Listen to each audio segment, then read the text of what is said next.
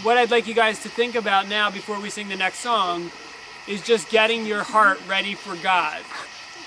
As we planned for this weekend, we did something a little different.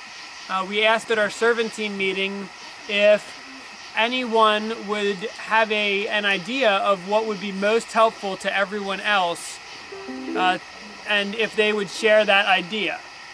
And then we talked to some people and discussed possibilities. And so this week you'll hear from a couple of students and from probably a few staff. And you'll hear what their answer to that question was. What is most important for us to hear this weekend and before we head into another year? And so what I'd like you guys to do is I'd like you to take a couple minutes and just think about, that song says that it's all about you, Jesus. And most of the time as we go through our lives, our days are not all about Jesus. And even sitting in church, I think that our focus isn't on Jesus. And here, our focus can be on all kinds of different things. And it was very cool to see so many people just together praising and worshiping God just because. And I think that God is truly pleased when we want to worship Him. And that's the desire of our heart.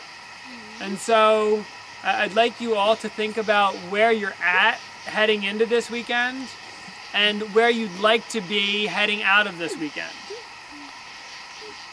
And in order to get started, I'd just like you to take a couple minutes with total silence, and I'd like you just to confess anything to God that would hold you back from learning this weekend and growing this weekend and interacting with everybody else here this weekend. Whatever would hold you back. Whether it's anger at someone back home or frustration with someone here, or some sin that you've been involved in, just ask God to forgive you, and He promises that He will. And that will allow us to begin this weekend on the right path, just seeking to be right and righteous before God, and allowing Him to work in us and the way He wants, not the way we usually do things. So just take a couple minutes, close your eyes, and confess anything that would hold you back from getting the most out of this weekend. I was like, just another trip to me. I've been to all different places in the world. Been to Chile, Russia, Morocco. Israel is just another place, another piece of ground to kind of visit, I guess. But as I was in Israel, I was searching for why I was there. Why was I in Israel, and why did God want me there? I didn't ask to go. Ron put me down on the paper, and some guy gave me $500 to go, and I'm like, okay, I guess I gotta go now. That guy was a really amazing man. I actually roomed with him in Russia, and he remembered me almost 10 years later to go to Israel. And for whatever reason, God pressed on his heart that He wanted to give me money to go to this place.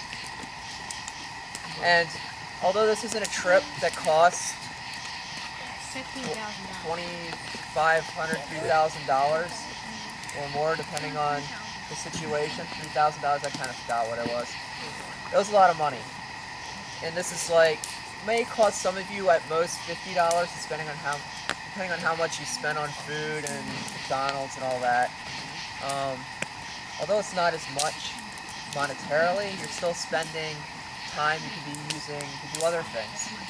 And I guess what I am challenging you to do is to do what I was doing in Israel, was if you're not sure why you're here, if you're just here for your friends, if you're just here to hang out, think a little bit about what does God want you to get out of this trip?